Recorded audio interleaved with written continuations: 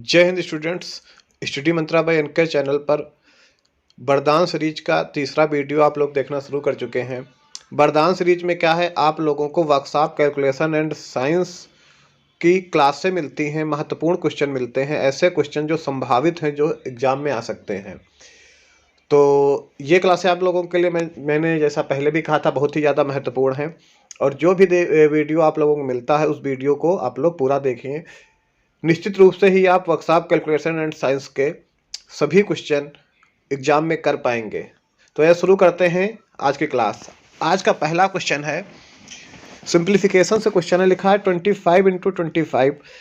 तो इसमें देखिए प्लस भी करना है, माइनस भी करना है, गुणा भी करना है। तो आप लोग किसी भी क्वेश्चन को या ऐसे क्वेश्चन को हल करने के लिए जानते हो कि हम लोग किसका पालन करते हैं, बॉडमॉस रूल का। किसका पालन करते हैं, यहाँ जगह कम होने के लिए वजह से मैं इधर लिख दे रहा हूँ, बॉडमास रूल का आप लोग पालन करते हैं। जहाँ पे बी का मतलब होता है ब्रैकेट, बी का मतलब होता है ब्रैकेट। सबसे पहले आप क्या हल करते हो किसी भी क्वेश्चन में, आप सबसे पहले ब्रैकेट को हल करते हो। फिर ओ का मतलब होता है ऑफ, फिर डी का मतलब होता है डिवाइड, एम का मतलब होता है मल्टीप्लाई, ए का मतलब होता है ऐड और एस का मतलब होता है सब्ट्रैक्ट। कहने का मतलब है, जब आपको कई सारी प्रक्रियाएं क्वेश्चन में करना हो तो पहले ब्रैकेट हल होता है, फिर का अगर लिखा वो हल होता है, फिर डिवाइड होता है, फिर मल्टीप्लाई होता है, फिर ऐड होता है, फिर सब्ट्रैक्ट होता है। ये आपका एक सीरियल है, एक क्रम है हल करने का। तो इसमें देखिए, इस क्वेश्चन में ब्रैकेट कहीं है नहीं, ऑफ मतलब का कहीं लिखा नहीं है, डिवाइड भी नहीं है, मल्टीप्लाई है। तो देखिए सबसे पहले हम लोग क्या करेंगे, मल्टीप्लाई करेंगे, फिर ऐड करेंगे, फिर सब्ट्रैक्ट करेंगे। मतलब पहले गुणा करेंगे, फिर जोड़ करेंगे, फिर घटाव करेंगे। तो पहले गुणा करते हैं। तो गुणा हो जाएगा 25 और 25 का 625, कितना हो जाएगा 625, और माइनस का 625 और प्लस का ये 0.9। अब ये 625 प्लस का है माइनस का है, ये पूरा पूरा कट जाएगा, बचेगा कितना 0.9। जब यहाँ से दशमलव हटा दोगे तो इसके बट्टे में 10 आ जाएगा। तो इसका आंसर आपका आ गया 9/10।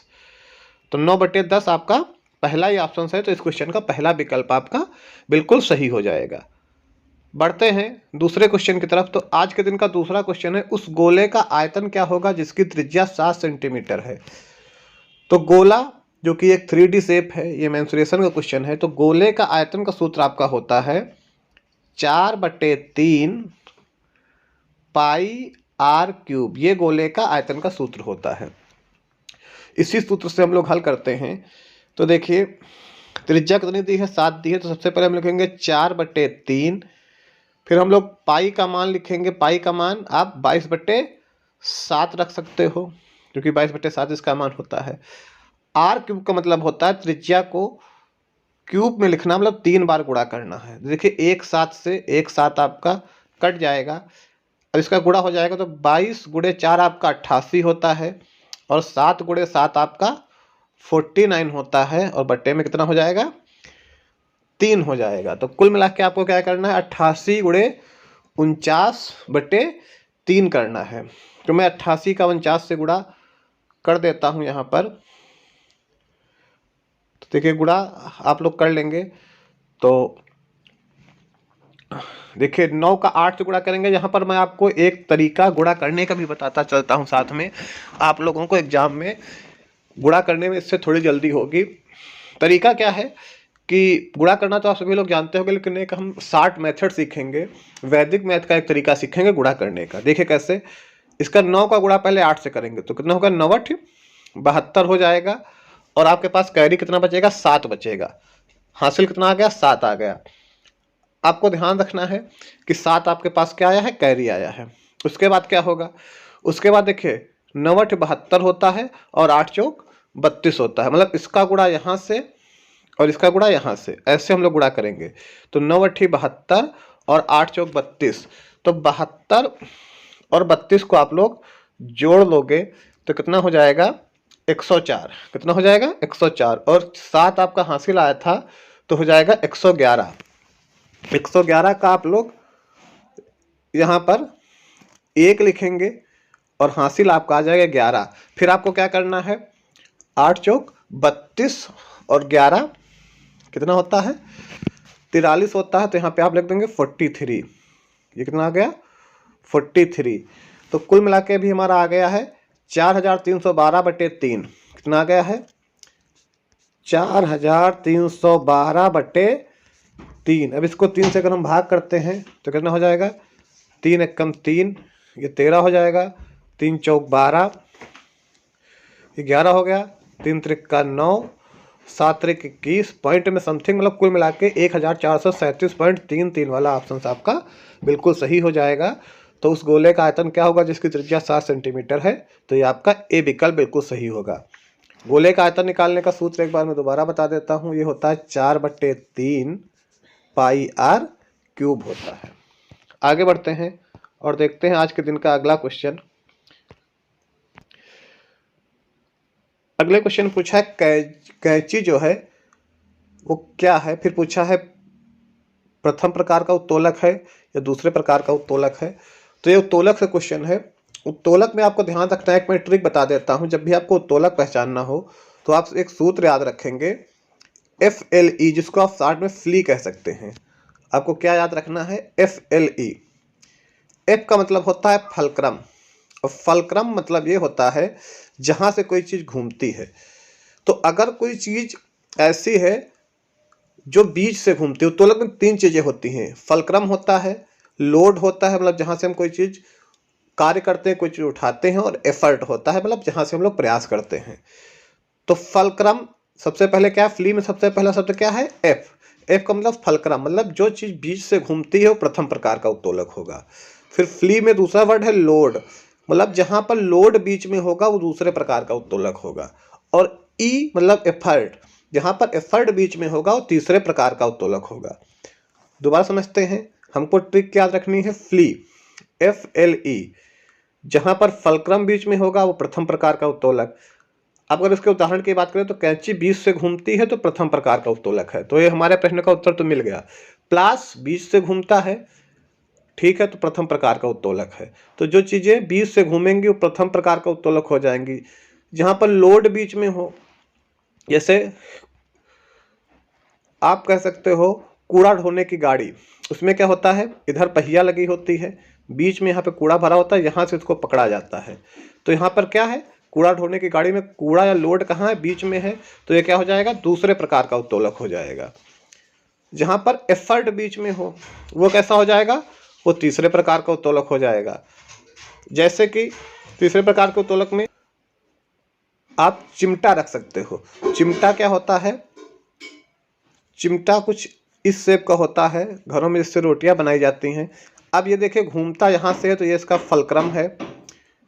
यहाँ पर इसमें हम लोग रोटी पकड़ते हैं, कोई चीज़ जो पकड़ना होता है वो पकड़ते हैं, तो ये क्या है? इसका लोड है।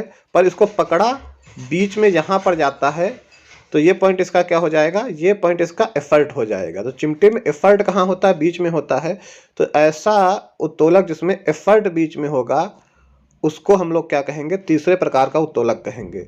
तो आपको याद रखना है FLE फ्ली, और इस आधार पे कैंची जो है वो प्रथम प्रकार का उत्तोलक हो जाएगी।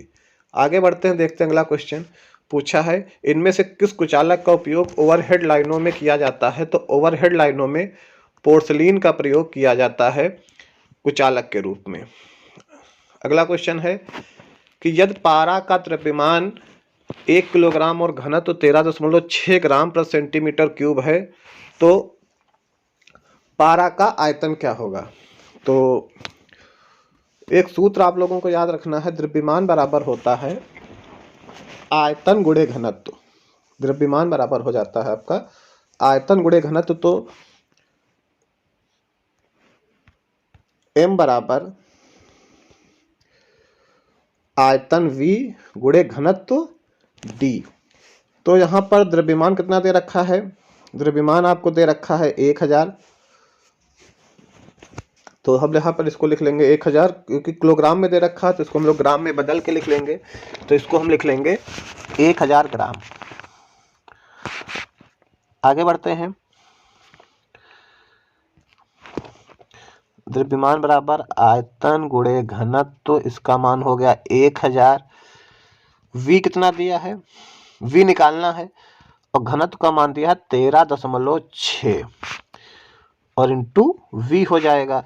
तो v बराबर हो जाएगा 13.6 बट्टे, उल्टा हो गया है, v बराबर हो जाएगा, ये v के साथ गुणे में है, 1000 उधर है तो 1000 बट्टे 13.6।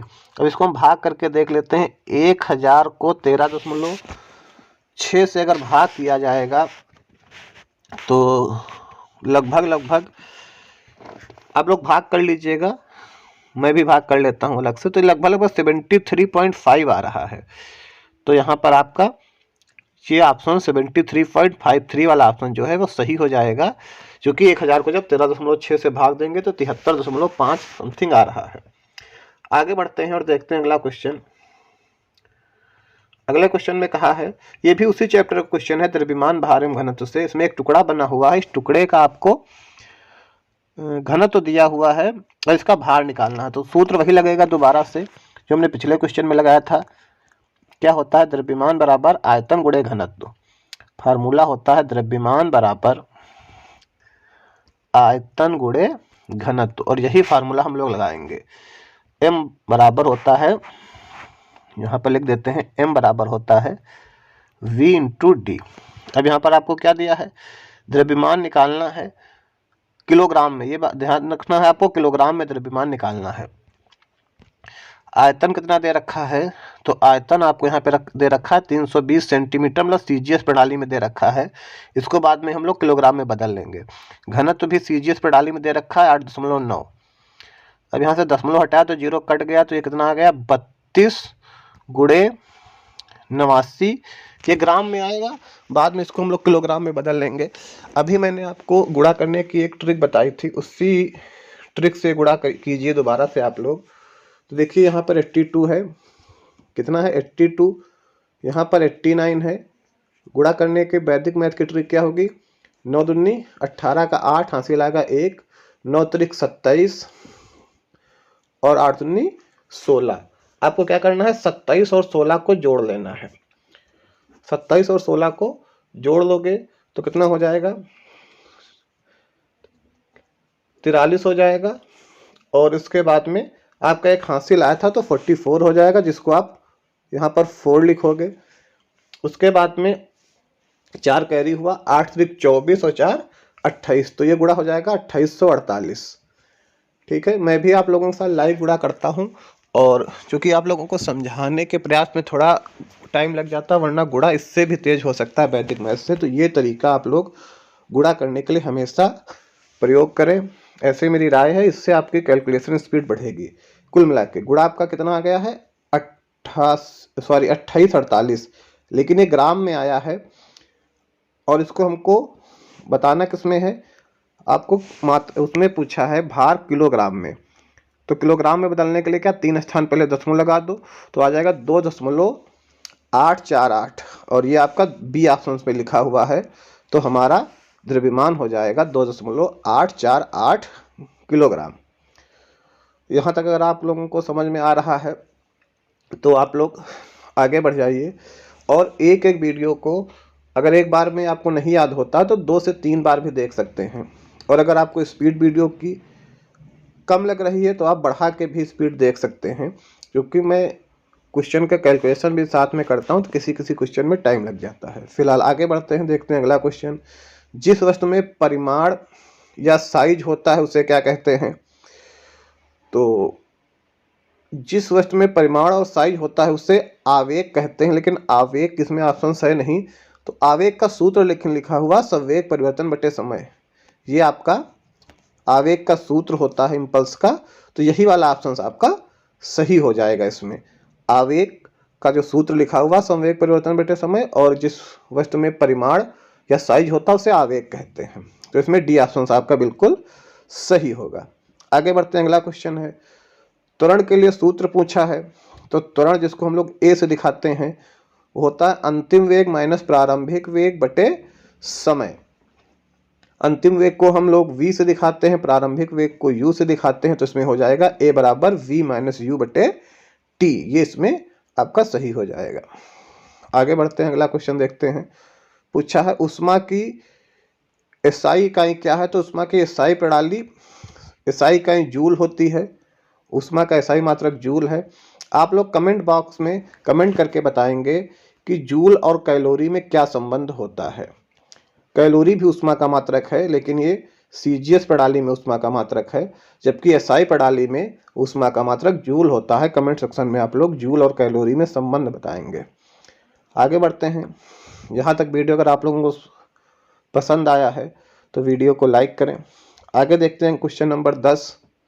पूछा है इनमें से कौन सा ऊष्मा रोधक है, मतलब ऐसा कौन सा जिसमें से ऊष्मा पास नहीं होगी। तो थर्मोकोल आपका ऊष्मा रोधक होता है, थर्मोकोल से ऊष्मा पास नहीं होगी। ये ऊष्मा का इंसुलेटर है, तो इसको यहाँ पर कौन सही हो जाएगा, थर्मोकोल आपका सही हो जाएगा। ऐसे पदार्थ जिसमें से होकर ऊष्मा नहीं चल सकती उसे ऊष्मा रोधक कहते हैं।